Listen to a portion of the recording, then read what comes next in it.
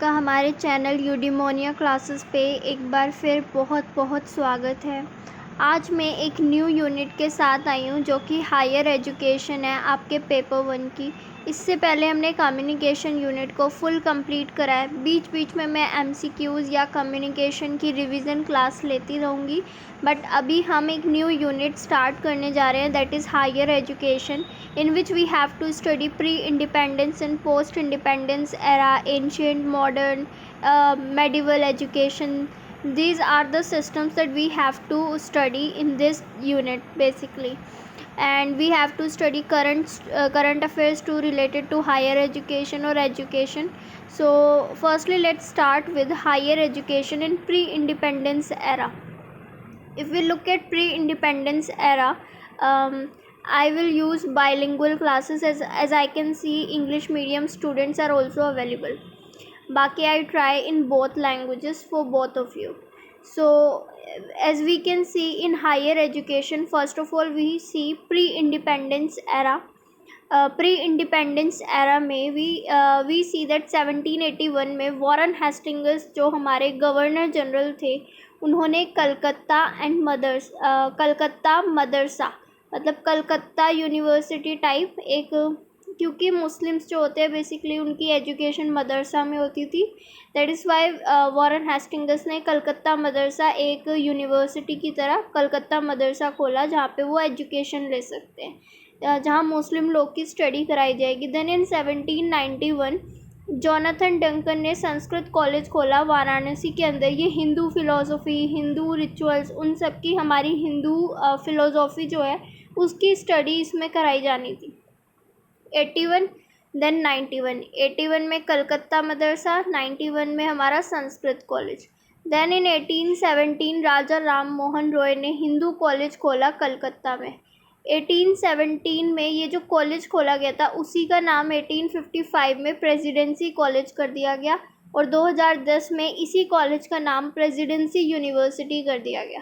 ठीक है, तो ये प्री इंडिपेंडेंस में स्टार्टिंग में बिल्कुल फैक्चुअल पार्ट है that in 1781 by the governor Warren Hastings has initiated Calcutta Madrasa for Muslim education, Muslim rules and regulation education basically. Then in 1791 we have Jonathan Duncan who have initiated Sanskrit College in Varanasi. Then in 1817 we have Raja Ram Mohan Roy who initiated Hindu College, established Hindu College, which name has been renamed as Presidency College and then Presidency University. So we have to learn this. After that हम देख सकते हैं charter act आया 1813 में। 1813 में we have charter act जिसमें बात की गई थी बेसिकली साइंटिफिक एजुकेशन का promotion, scientific education promotion in which we government has decided to give 1 lakh pound, 1 lakh pound की राशि देना डिसाइड किया गया था एजुकेशन के लिए, इंडिया में एजुकेशन देने के लिए, इंडिया में पढ़ाने के लिए इंडियन लोगों को, और साथ ही क्रिश्चियन मिशनरीज़ को भी अलाउड किया गया था आकर अपना धर्म प्रचार कर सकती है। ये हमारा चार्टर एक्ट 1813 था। इसके बाद आप देखोगे एल्फिंस्टन रिपोर्ट 1823। एल्फिंस्टन रिपोर्ट आई जिसने मुंबई में कॉलेज खोला 1835 में, कलकत्ता मेडिकल कॉलेज खोला 1835 में। ठीक है, ये 1813 का एक्ट, फिर 10 साल बाद एल्फिंस्टन रिपोर्ट जिसने कुछ यूनिवर्सिटी स्थापित की, फिर 1835 ये मैकॉले माइन्यूट्स था, मतलब कि जो हमारा पहले हुआ चार्टर एक्ट में जो बात की गई थी कि 1 लाख पाउंड जो है हम इंडिया में एजुकेशन में स्पेंड करेंगे, उसको लेकर विवाद हुआ, डिस्प्यूट हुआ कि किसको देना है, ये 1 लाख पाउंड किसको बटेगा, कैसे बटेगा। तो 2 ग्रुप्स बन गए। एक तो हो गया आपका I think I have not written it, but 2 group बन गए थे। एक हो गया था आपका orientalist and Anglican. They both are from different field, like Orientalist from Indian people also and from British also, who thinks कि हमें एजुकेशन जो है वो इंग्लिश में ना देकर नेटिव लैंग्वेज में देना चाहिए।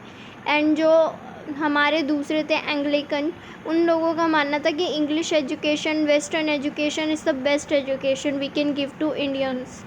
सो इन दैट थ्योरी उसमें हमने मैकॉले माइन्यूट्स में ऐसे 2 देख लिए थे कि 2 ग्रुप बटे और उनका सॉल्यूशन निकाला गया। इंग्लिश को ही हम कोर्ट की लैंग्वेज मानेंगे, जो पहले से पर्शियन लैंग्वेज इंडिया में चल रहा था उसको ख़त्म कर दिया गया as a court language. Western education को बढ़ावा देंगे और जो एलिमेंट्री एजुकेशन है, ये जो एलिमेंट्री और सेकेंडरी एजुकेशन है वहाँ पर फोकस किया जाएगा वेस्टर्न एजुकेशन देने में, और इंग्लिश में ही दी जाएगी एजुकेशन जो होगी। इसके बाद हम देखते हैं इसी में इनफिल्ट्रेशन थ्योरी की बात की गई थी। इसका मतलब होता है जो ऊपर के लोग हैं, जैसे उस टाइम पे ब्राह्मण्स का ज़्यादा रोल था, अपर कास्ट के जो लोग थे उनको एजुकेशन देंगे, मिडिल क्लास के लोगों को एजुकेशन देंगे तो नीचे के लोगों तक एजुकेशन खुद ही पहुंच जाएगा बिना खर्चा करे, तो ये उन्हीं को एजुकेशन देंगे। इस तरह से आप देखोगे गैप ही बढ़ेगा SC ST और जो जनरल कैटेगरी था। उसके बाद हम देख सकते हैं 1844 में लॉर्ड हार्डिंग थे। 1844 में लॉर्ड हार्डिंग ने बताया कि एम्प्लॉयमेंट सिर्फ उन्हीं को देंगे जो इंग्लिश में एजुकेटेड होंगे भारतीय। 1847 में इंजीनियरिंग कॉलेज, इंजीनियरिंग इंस्टीट्यूट बना रुड़की में। 1849 में JED बेथ्यून ने बेथ्यून स्कूल फाउंडेड करा। वुड डिस्पैच आया 1854 में। आपको इस यूनिट में सिर्फ रट्टा लगाना है, सिर्फ और सिर्फ इनके टाइमलाइन याद करनी है अपने MCQ सही करने के लिए। इस यूनिट में समझने से ज़्यादा क्रैमिंग है, ड्रिलिंग है, आपको रट्टा लगाना ही पड़ेगा इसमें, तो MCQ सही करने हैं तो फिर हम देखेंगे वुड्स डिस्पैच आया 1854 में। ये चार्ल्स वुड के द्वारा भेजा गया था, जो BOC बोर्ड ऑफ कंट्रोल के उस टाइम पे हेड थे, उन्होंने भेजा वुड्स डिस्पैच। ये जो वुड्स डिस्पैच था इसमें उन्होंने बताया कि एजुकेशन में इंग्लिश एजुकेशन ही दी जानी चाहिए। फिर 1854 में वुड्स डिस्पैच आया। चार्ल्स वुड उस टाइम पे बोर्ड ऑफ कंट्रोल के प्रेसिडेंट थे, और जो गवर्नर जनरल थे उस टाइम पे लॉर्ड डलहौजी थे। Magna carta of English education कहा जाता है वुड्स डिस्पैच को। ये पहली पॉलिसी थी जो हायर एजुकेशन पे आई थी, क्योंकि इससे पहले हमने देखा प्राइमरी एंड सेकेंडरी एजुकेशन की बात की गई थी। इसके कुछ रिकमेंडेशन थे, जैसे कि प्राइमरी से यूनिवर्सिटी लेवल तक का एजुकेशन देखा जाएगा, इंग्लिश में पढ़ाई होनी चाहिए और नेटिव लैंग्वेज में होनी चाहिए, हर डिस्ट्रिक्ट में कम से कम एक सरकारी स्कूल होना चाहिए, और एजुकेशन जो होगी महिलाओं को भी मिलनी चाहिए, प्राइवेट स्कूल्स को ग्रांट मिलना चाहिए। इस तरीके से इसने बहुत सारे अच्छे सजेशन दिए थे वुड्स डिस्पैच ने। इसने 1857 में इसी वुड्स डिस्पैच के तहत 1857 में मद्रास में, बम्बई में, कलकत्ता में यूनिवर्सिटी खुली। 1882 में पंजाब में, 1887 में इलाहाबाद में यूनिवर्सिटी खोली गई। इसके बाद हंटर कमीशन आया। हंटर कमीशन 1882 में आया था। ये देखने आया था कि वुड डिस्पैच की जो अचीवमेंट है वो सही है या नहीं है, हुआ भी है कुछ अचीव या नहीं हुआ है। तो इसने प्राइमरी और हायर एजुकेशन को टुकड़े टुकड़े कर दिए, मतलब प्राइमरी और हायर एजुकेशन को अलग कर दिया। इसने प्रपोज़ करा कि यूनिवर्सिटी जो है वो एफिलिएटेड कॉलेज को भी मैनेज करे, और इसने जो एजुकेशन है उसको डिस्ट्रिक्ट और म्यूनसिपल बोर्ड के हाथों में देने की कोशिश की, ताकि प्राइमरी एजुकेशन सेकेंडरी पे लोकल लेवल पे ध्यान दिया जाए, सेंटर का कंट्रोल इतना ज़्यादा ना हो। सेकेंडरी एजुकेशन को 2 भाग में देख सकते हैं, यूनिवर्सिटी तक पढ़ाई और साथ ही वोकेशनल एजुकेशन, मतलब करियर पे फोकस, जो हाथों से स्किल बेस्ड एजुकेशन होती है उस पर फोकस किया गया। ये था आपका हंटर कमीशन और उसके सजेशन। इसके बाद हम देखेंगे 20वीं सेंचुरी में क्या रिफॉर्म्स हुए हायर एजुकेशन में। 1901 में लॉर्ड कर्जन ने शिमला कॉन्फ्रेंस करी थी एजुकेशन रिफॉर्म के लिए। फिर 1902 में लॉर्ड कर्जन ने इंडियन यूनिवर्सिटी कमीशन बनाया, जिसके चेयरमैन थे थॉमस रेलिक एंड उन्होंने कंडीशंस देखी हायर एजुकेशन का, और उन्होंने डिमांड को मानने से मना कर दिया कि और भी यूनिवर्सिटीज़ बनाई जानी चाहिए। फिर लेकिन इसके कुछ सजेशन थे, जो इंडियन यूनिवर्सिटी कमीशन आया लॉर्ड कर्जन के द्वारा। इसमें कुछ सजेशन थे कि एडमिनिस्ट्रेशन जो होगा यूनिवर्सिटीज़ का उसको फिर से रीऑर्गेनाइज़ करो, जो प्रोफेसर्स का अपॉइंटमेंट होता है उसमें हक दो यूनिवर्सिटी को, और इसमें जो एफिलेटेड कॉलेज होते हैं उनकी देखरेख यूनिवर्सिटी करेगी, और जो फेलो होते हैं, मेंबर होते हैं सीनेट और सिंडिकेट में यूनिवर्सिटी के अंदर, उनकी संख्या 50 से 100 होनी चाहिए। इसके बाद आप देखोगे 1904 में इंडियन यूनिवर्सिटी एक्ट आया। इससे पहले यूनिवर्सिटी कमीशन था, इस पे एक्ट आया। फिर नेशनल काउंसिल ऑफ एजुकेशन आया।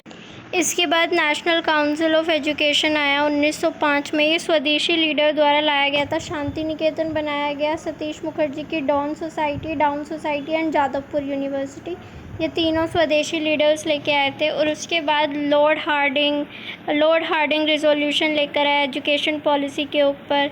फिर सर्वे किया गया जो पिछली बार हुआ था यूनिवर्सिटी कमीशन, उसके 10 साल बाद सर्वे किया गया क्या क्या फ़ायदे हुए, क्या क्या बेनिफिट पहुंचा है।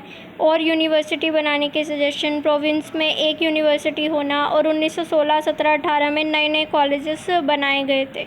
फिर सैडलर कमीशन आता है। आप अभी इतना ही रिवाइज़ करो, मैं आपको एडवाइस दूंगी। एक साथ ज़्यादा फैक्चुअल पार्ट कवर नहीं करना चाहिए कभी भी।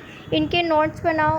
पीडीएफ के लिए आप हमारे टेलीग्राम चैनल को ज्वाइन कर सकते हो। इनके नोट्स बनाओ और इन्हीं को रिवाइज़ करो बार बार, फिर जाके आपको आगे का फैक्चुअल पार्ट पता लगेगा। आई होप आपको हमारी क्लासेस अच्छी लग रही होंगी। ये हायर एजुकेशन था यूनिट 1 से। आप पेपर 1 की और क्लासेस के लिए हमारे चैनल को ज़रूर देखें और सभी स्टूडेंट्स तक इस चैनल को पहुंचाएं, चाहे वो किसी भी सब्जेक्ट से यूजीसी नेट की प्रिपरेशन कर रहे हो, क्योंकि पेपर 1 सभी का कॉमन होता है। एंड आप पॉलिटिकल साइंस और हिंदी लिटरेचर के लिए हमारे चैनल को ज़रूर फॉलो करें। Thank you so much.